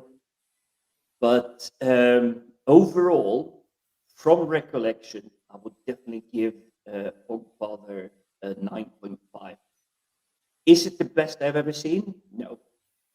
Is it something I will watch anytime I get the chance? Absolutely yes. It is really that well done. Although I will say I probably read the books. The Read book books is I far wrote them. superior, yes. However, we know what your favourite character is, but can you remember what your favourite scene and least favourite was? So I believe least favorite is Susan understanding that she's being manipulated by death, her grandfather. That she has to figure stuff out because it's quite slow because she just walks around and reads books, as I recall it. But some of my favorite scenes is the wizards discovering how to make a shower. Well, there's Um, discovering the use of the shower because it was The, bloody the, the, stupid the use of the daunting. shower, yes. That is if I'm not mixing it up with another one, but I believe this is in Hogfather that it's like, oh, I don't want to sleep with you guys. That's unhygienic. Yeah, Well, well, that's the thing. Because if I'm showering with used pot, that's just unhygienic. No. That's yeah. where it comes from. But I understand where you are. So a 9.5. I would give this a 9. I do love Terry Pratchett. The books are far superior. Same as Law of they could bring some things across, but I think Tia Timey was creepier in the movie, in the book, just for the simple fact is he just seemed a wee bit too quick to just use a knife and being an assassin. It just seemed to anybody could do that. It didn't actually give that an assassin's vibe, like somebody dying and he just didn't seem to be around would have been better. It just Yeah, yes, he appeared quite a lot when things were happening, but I would definitely say a yeah, 9. yeah. So Tia Timey, it's again trying to pull it from memory. Um, the book, sorry, not the book, the TV show focused too much on him trying to, oh, I want to do it elegantly and everything, so I get into Yeah. the kill Yeah, rather but all than the things didn't seem elegant. It just seemed, in effect, any of the thugs could have done exactly the same. That's what I was getting at. That's why the thing, that's the bit I didn't like. It's just I thought Tia Timey could have been a lot better. He was creepy enough as it was, but that was visually. But his character, it, they had bits in it, like with the dog and bits and pieces. It was mentioned, but he just didn't come across as assassin material because he just didn't actually live up to what they talked about. How taking the pulse with the mirror to see if he was still alive, even though his head was 7 feet away and he nailed the dog to the ceiling. It didn't come across because he just went stab, stab.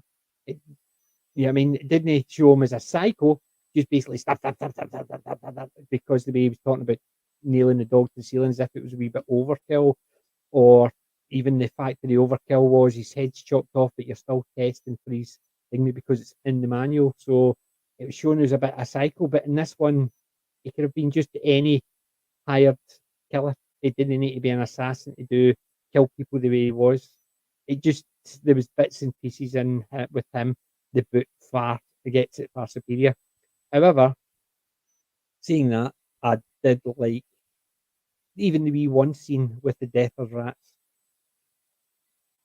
It was just yeah, one scene I where actually he got takes that. the rat. Isn't there an animation stop motion thing? No, Did you? oh, it basically there's a bit where you see the mouse coming out of the mouse hole, going towards the trap. The camera pans back, and you hear a snap. Then it pans forward, and then it's an animation. It's not stop motion. It's just an animation of the death of rats. Doing the scythe and the rat's ghost going up, and then the rat hearing something and running, and that's the type of thing. So the animation was actually okay because it was just animation, but it was just one of those things, unfortunately. So what we're going to do is Pick of the week. pick of the week. Well, I did give a little bit of spoiler. Yes, you did. Do you want to do yours first, or do you want me to do mine? Because mine's are just. I'll do mine first since it's already a little bit spoiled because I was just so eager. But it's basically the plan for tomorrow. I'm rigging up my cinema studio system and I will be watching all of these things. So let's see if I can get the easy to carry stuff out. And that's supposed to be hanging on my wall. Let's begin with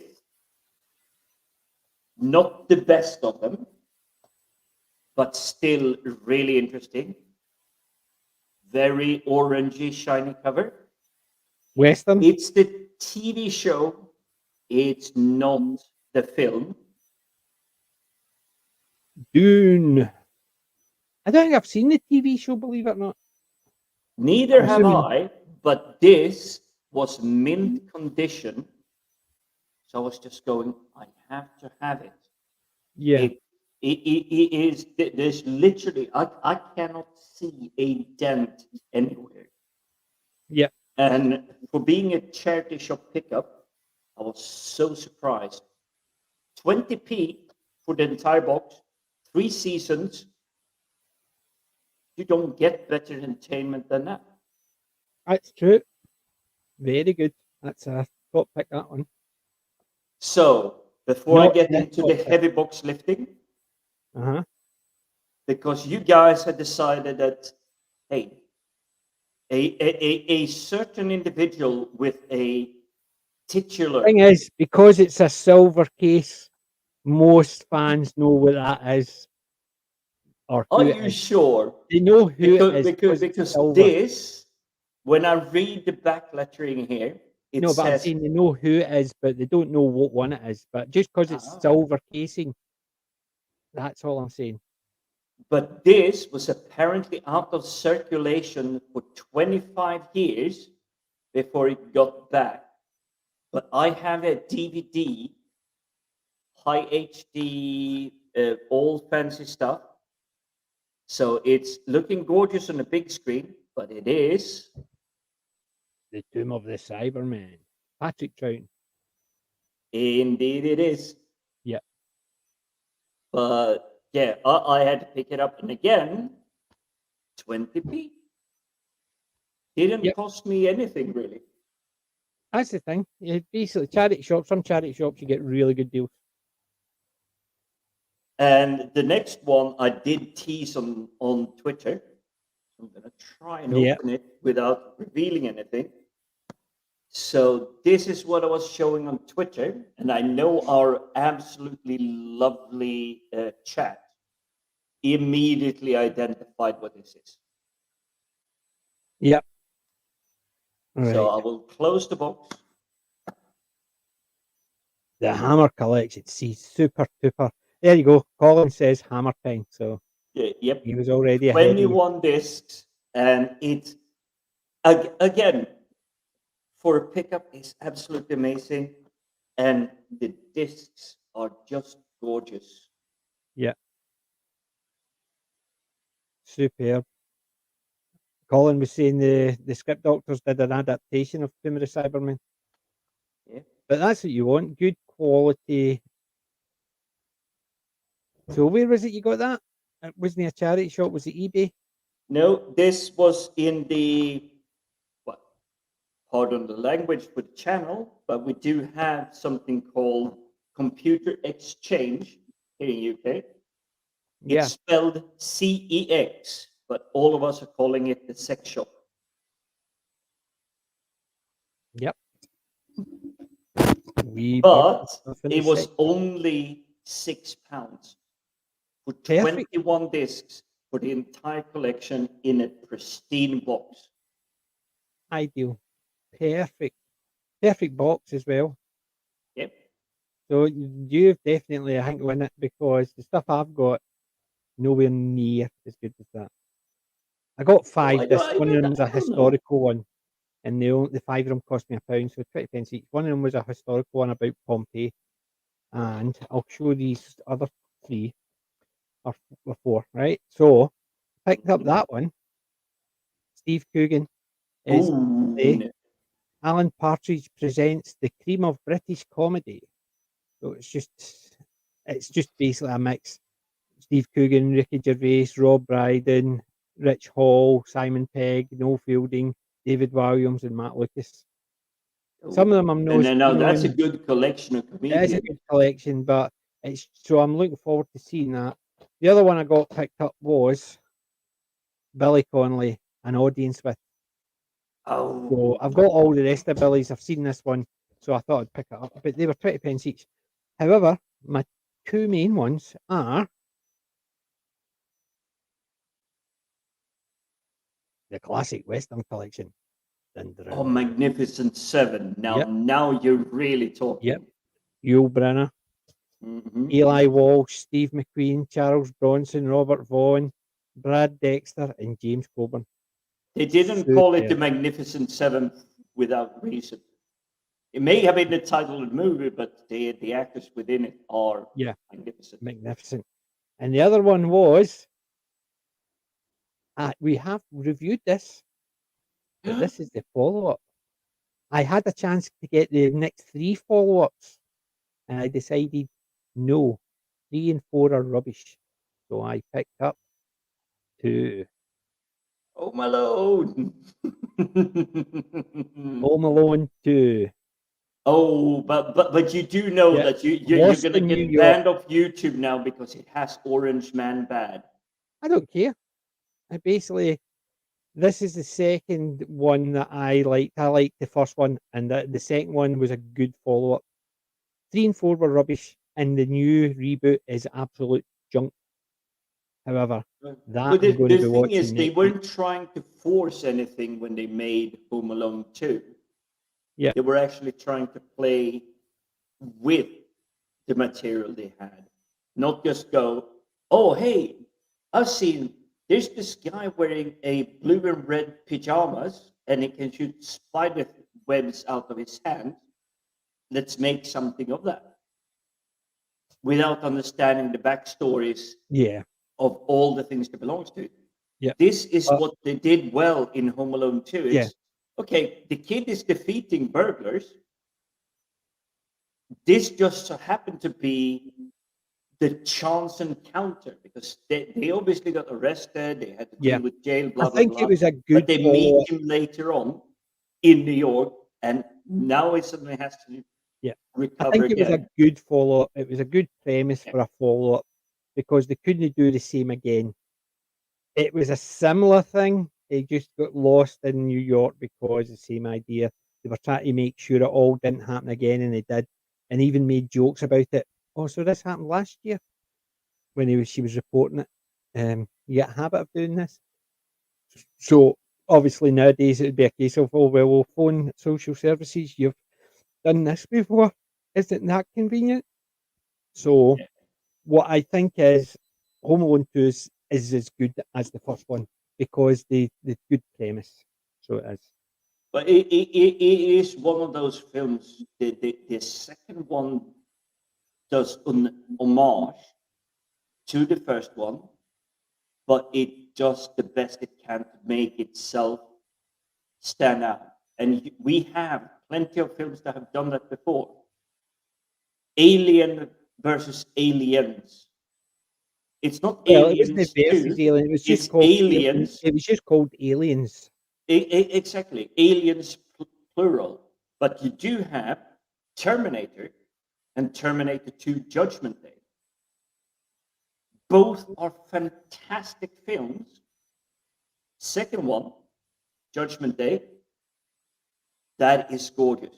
It is Yep. amazing. And you do have plenty of these that have managed to far surpass, even though they technically stolen the first film that came around because, oh, we don't know anything. And in Terminator, it's the come with me if you want to live. Yeah. It is a gorgeous reference, both back and forth between them. Yeah. You They can did- do they it, do and I some- think They Home did Alone some 2 good movies. belongs in There that. you go. Did you see that? The Hammer collection on Sex Online is 30 quid. I got it for £6, by the way. You got a good deal. Definitely a good deal. But so that was my collection, and unfortunately, the pick from my collection is my Terry Pratchett collection for tonight. It's got The Colour of Magic, Hogfather, and Going Postal on the DVD set. I've got the video somewhere of Witches Abroad. That's the one I had for such a long time. And oh, Benji's actually climbing up now. Now he's actually trying to kill me with my own cable. So yes. Well, I'm actually going to make one more push. I'll try to not do it next week. And it is a Russian film. It is as sparkly as you could believe the Twilight Zone vampires, what Twilight vampires, whoever they are. But it's a really good Russian film. I thoroughly enjoyed it. And trust me, you are not guaranteed that it's happy ending, that all the heroes survive. And they play it really well. Good. What's it called? Tell the guys. I Am Dragon. You I mentioned believe that it is before. on Amazon Prime at the moment, but I thoroughly enjoy that. There you go. They have the best of for 6 quid. The best of the Hammer stuff for 6 quid. This is not best of. No, that's what I'm saying. It says the collection, the Hammer collection. But that's what it's on the exchange site. That's 30 quid. However, they have on their website, they have the best of the Hammer for 6 quid. Yeah, no. It just might mean that somebody on this thing has got the two of them mixed up and priced it wrong. But you got one hell of a deal. Yeah, it definitely weighs more than £6. So Yeah. But I must admit, I'm quite happy with the Magnificent Seven and Home Alone 2. I'll be watching them next week. At the moment, I'm watching Chuck Season 1. And as I was saying, in episode 2 of Chuck, and see if I can find it. Oh, Chuck, that's the IT guy that gets Yep. recruited by CIA, isn't it? Yep, Or that's the something. one. I'm just actually Yvonne trying to get- Strahovski, Oh. or whatever her name is, that is eye candy, I will say. Yeah. There's just a bit where they're trying to track Sarah down and they end up tracking Morgan. I'm trying to actually find it. Where is it? Where is it? Where is it? There, it's there. Right. So let's expand that. Right. Right. I'm going to have to put the mute on it just so you don't hear it, because so we don't get hit with a strike. Right, I'm going to share the screen. Right, this is episode 2 of Morgan, right? Of Chuck. Oh yes, I Right. know this. Right, so let's play. And they're hunting. Adam Oh yeah, Baldwin it's is him as well. I forgot fantastic. he's in it. Yeah, he is fantastic. And but watch this. This is the part I was not myself at. They think they've tracked down the woman, but they end up catching Morgan. Watch what he's watching. Oh yes. So you can hear the sound as well. Right, listen. So I'm going to get that bit again, but I'm going to turn the sound back on. Listen.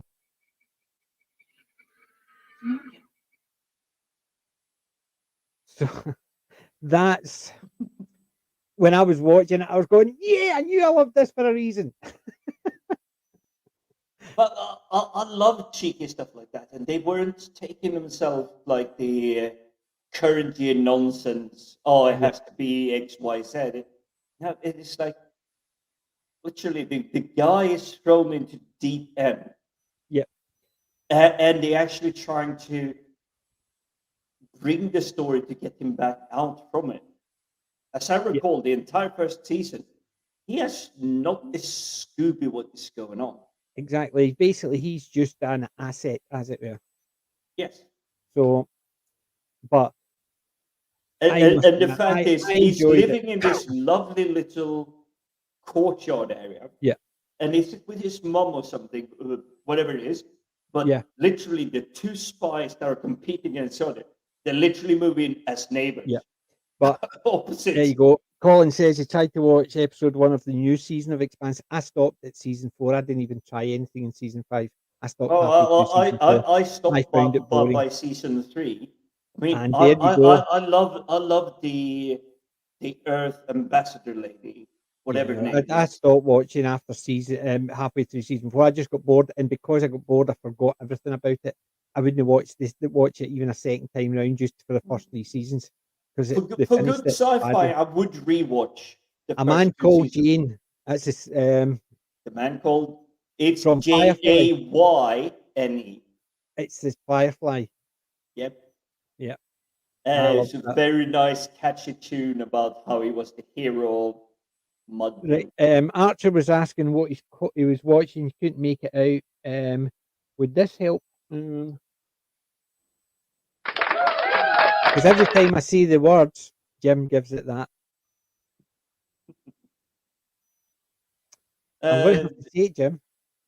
He was watching Them, my favourite monster movie. So I'll do it for him. It was too far of a reach because, unfortunately, my soundboard is out of the way because the auditors got me today and they will get me tomorrow. Yeah. And I know we Morgan have was our watching stream tomorrow. that movie. You could hear the giant ants. It was the bit where the giant ant came over a hill and she screamed. "Wee!" So that was the part, and I was not myself because favorite movie, and there it's in another show I enjoy. So I'm just watching. I'm halfway through season 1 of Chuck. I'm going to finishing season 1 tomorrow when I get back. I'm going to watch episode 4 of the Wheel I of believe Time. we're on 4. I might be on 6, but we're reviewing. Yeah, I'm going to watch episode 4 of the Wheel of Time. I know episode 6 is there, but I'm not going to push through it. It's just No. But I will say this, and a little bit of teaser for the chat. I think you might actually like a little bit more of episode 4. Not your favorite, but I think you will go, oh, hang on. They got something here. See, the problem is this show is just laughable. Anyway, can't talk Wheel of Time. That's for tomorrow. Yeah, we can't spoil tomorrow. Yeah, and it is 10 o'clock. So, ladies and gents, boys and girls, I am going to sign off because I'm up early first thing in the morning. So, thank you again to all who came and stuck with us. And Archer, before I go, I'm assuming you're talking about season 5, the new stuff of. Are you talking about Chuck? because I'm not aware of. I believe it's Chuck because there is only so far they could go with that show, unfortunately. Aye, because I don't know what they did with Thingy, but I'll maybe catch that in Wednesday's stream because I'll look into it. Anyhow, I believe Wednesday's stream is going to be slightly more open board because we're just going to cover Christmas theme, Yeah, season. next week we are going to do general Christmas stuff.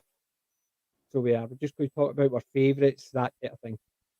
Wednesday we've got a generic. We've not actually decided what we're watching for Wednesday, but we'll discuss that.